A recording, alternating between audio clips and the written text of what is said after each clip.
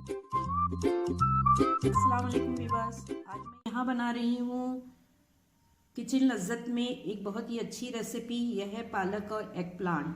पालक के साथ में बैगन आपने बहुत कम सुना होगा, लेकिन देखिए ये रेसिपी को आप आखिर तक देखिए, बहुत ही लजीज बनी है और फिर इसको ज़रूर ट्राई कीजिए। तो आइए हम इसका तरीका देखते हैं।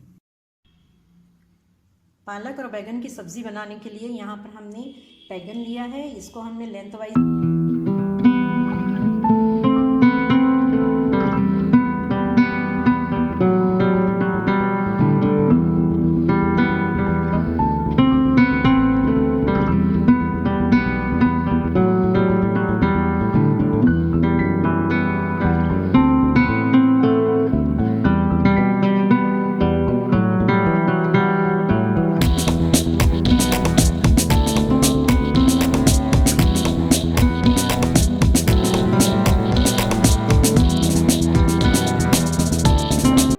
डालूँ।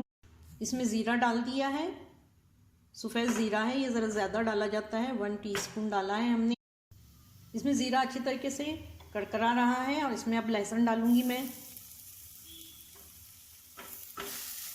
इसमें बहुत कम मसाले जाते हैं, ये हल्का सा कड़कड़ाने के बाद में इसमें प्याज डाल देंगे।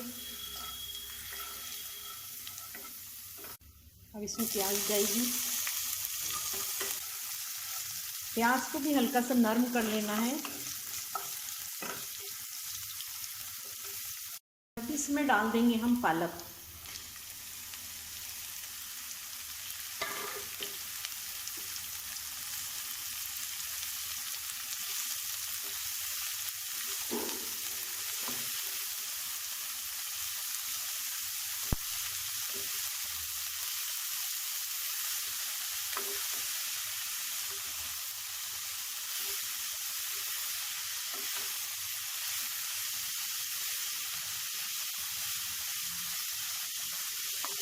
पालक बहुत जल्दी भुन जाता है, थोड़ा सा हो जाता है ये पकने के बाद। इसको ओवर कुक नहीं करते हैं, नमक कम ही पड़ेगा इसमें। हल्दी डालेंगे,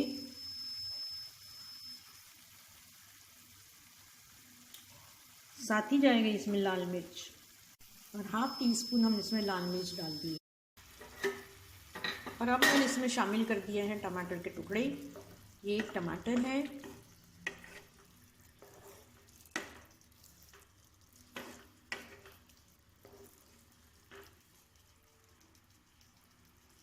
इसको कुछ देर पकाऊंगी ताकि नरम हो जाए, क्योंकि बैगन डालने के बाद बहुत ज़्यादा नहीं पकाया जाता।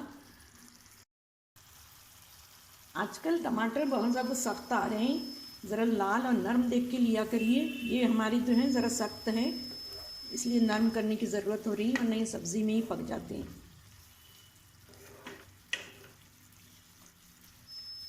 इसमें शामिल कर दिए हैं और इसको हम थोड़ा सा चलाएंगे। ये बहुत जल्द गल जाते हैं, इसको बहुत देर तक नहीं रखा जाता चूल्हे पर। बस अब इसको हम दम देंगे। इसमें बहुत ज़्यादा आयरन होता है, हम समझते हैं कि सेब में ज़्यादा आयरन होता है, लेकिन सेब से भी ज़्यादा आयरन इसमें होता है, आयोडीन होता है। कि हम इसको ढाँप देंगे और दम पे रखेंगे। बस देखिए मैंने इसे डिश आउट कर दिया है। इसमें आयरन है, आयोडीन है, मुख्तलिफ़ किस्म की जो है मिनरल्स और डिफरेंट न्यूट्रिएंट्स हैं। इसको ज़रूर बनाइए। ये बैगन जो है ये पूरे वर्ल्ड में बहुत इस्तेमाल किया जाता है, बहुत ही ज़्यादा इसके अंदर आयोडीन होता है, इसी वजह से इसका कलर जो है ये पर्पल है। इसे एग प्लांट कहा जाता है, और इसका भुर्ता भी बनता है, मसाले में भी बनाए जाते हैं, इसका हमस भी बनता है। तो मुख्तलिफ़ किस्म की जो है मैं आपको रेसिपीज़ दूंगी। आती है, बेक भी किया जाता है। तो मैं जो है पहले इसे पसंद नहीं करती थी। इसके पूरे न्यूट्रिएंट्स जब मुझे पता चले हैं, क्योंकि आजकल हाइपरथायरॉयडिज्म के साथ में हाइपोथायरॉयडिज्म भी बहुत ज़्यादा हो रहा है, जिसमें आयोडीन की बहुत कमी हो जाती है। बाहर से थायरोक्सिन लेनी पड़ती है, तो यह थायरोक्सिन का एक ख़जाना है। इसे आप खाइए, बनाइए, और उम्मीद है ये पसंद आएगी आपको। ट्राई करके देख लीजिए एक बार। मुझे भी पसंद नहीं थी, लेकिन अब मैं इसे बहुत शौक़ से खाऊंगी, क्योंकि हमारी ज़रूरतों के मुताबिक जो है चीज़ें हमें अच्छी लगने लगती हैं। हमें दुआओं में याद रखिए, अपना ख्याल रखिए। अस्सलाम वालेकुम।